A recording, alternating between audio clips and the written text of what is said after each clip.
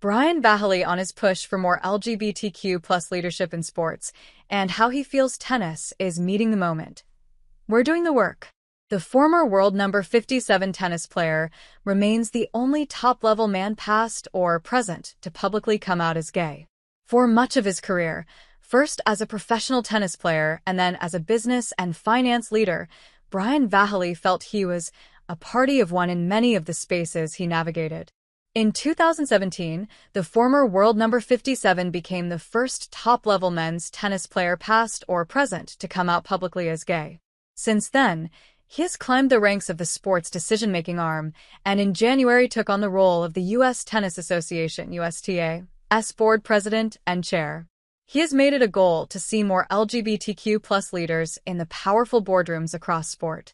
I've been really passionate about getting LGBTQ plus leaders into those rooms because I believe deeply that if you're actually represented in the room, better decisions can be made, certainly ones that impact our community, Vahaly said earlier this week, June 23rd, at a USTA Pride panel in New York City.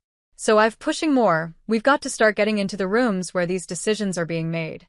While much of the focus in sports media can often skew towards the coming out stories of athletes, Vahaly knows that the sporting space can only grow to be more welcoming and inclusive with a holistic approach.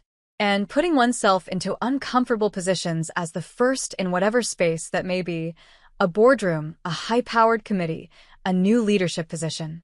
I'm just so driven by representation and the feeling of feeling alone for many years of my life, where it was just constantly, no matter what I was interested in, I couldn't find anywhere to go, Vahaly, 45, said. And so to the extent I can tell my story, and it can be helpful to people who are interested in sports, interested in tennis, I want them to know that this is a welcoming space. He added, I don't know any different than this path, but I feel really proud to try to represent our community in new and diverse rooms. Brian Vahaly. I felt a sense of responsibility. Vahaly can remember being a junior on the rise in tennis and always feeling a little different and alone. For me, as an athlete, and for certainly the first 25 years of playing tennis, I was a party of one, he said. You're constantly looking around for somebody to understand you, somebody to connect to, some role model to help you feel like you're not unusual.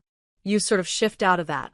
Having been an All-American collegiate player at the University of Virginia, Vahaly won matches at the Australian Open, Wimbledon, and the U.S. Open across 2002 to 2004, reaching his peak ranking in March 2003 after a win over then-world number 1 Juan Carlos Ferrero. A shoulder injury ended his career prematurely in 2007. He was just 27. After turning to dual careers in business and finance, Vahaly and his partner, Bill Jones, had twin boys in 2016. It was the birth of his sons that really changed his perspective in terms of being out and wanting to make a difference as a queer leader. There's something about looking in your kids' eyes that just messes with your head and your priorities, an emotional Vahaly said. All of a sudden, I felt a sense of responsibility, and it pained me because I was so comfortable in my little bubble. That motivates me, and that's sort of what the engine is behind a lot of my sense of purpose for this, he added. It's not only my younger self. We went through some tough years as an athlete, but I want to create a place for my kids to feel proud of me. I needed something to be proud of, too. It is, in part, that pride that has helped fuel his continued work in the sporting space. Vahaly spent much of the past decade as part of the USTA's larger board structure and is the first openly gay person to hold the role of USTA chair. Representing our community in sports is tricky and tough, he said. But I'm incredibly proud to be at the USTA. We've stood behind all of our diversity, equity, and inclusion initiatives. We make inclusion a priority. We're doing the work, seeing a more inclusive path for tennis. For a leader in his position, Vahaly sees the challenge as multifaceted. But there are two sectors he'd like to make sure inclusion is fostered within: the grassroots level and the elite player development path. Each have their specific needs. The U.S. Open is the grandest stage, the largest single sporting event in the world, he said, calling out the major event that the USTA runs. And there, we're professing our values. But then it's on us to continue to make sure, at each level, that's happening year-round. And, to me, to think about being the leader of that organization with my background. It's why I want to make sure what makes my perspective unique, and the goal is, ultimately, that this is a sport that people should feel the most welcome in.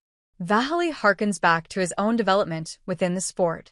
While he often felt othered, there was also an inherent sense of community within the sport that he believes is undeniable, and he wants to help bubble to the top. I knew I was different, but I always felt welcomed, he reflected. And to the extent I was playing at the public parks, to the extent I was at local clubs, it was at tournaments. There was always a great community around tennis. You know, it's an individual sport, and so you just sort of inherently kind of create community with your other competitors, with your parents. Tennis fans have been buoyed by stories of queer joy at the professional level over the past few years, including Daria Kasatkina's continued openness about her relationship with Natalia Zabiako, the former figure skater. In December, Brazil's João Lucas Reis da Silva became the first active player to come out in men's tennis. Though he's yet to play at the highest levels, he has matched his career best ranking this week of world number 254. Inclusion, Vahaly said, is a priority for him and his team. We did a lot of work at the board level about what are our cultural values, and those include inclusion, community, and wellness, he said. Inclusion was number one, so we're going to make it a priority. Especially at a sporting event, where at times it can be tricky. I'm very proud to stand behind other leaders who are willing to still stand up and be themselves, he added. And I'm incredibly proud to be part of an organization that's continuing to lean into their values on the sport's biggest stage globally.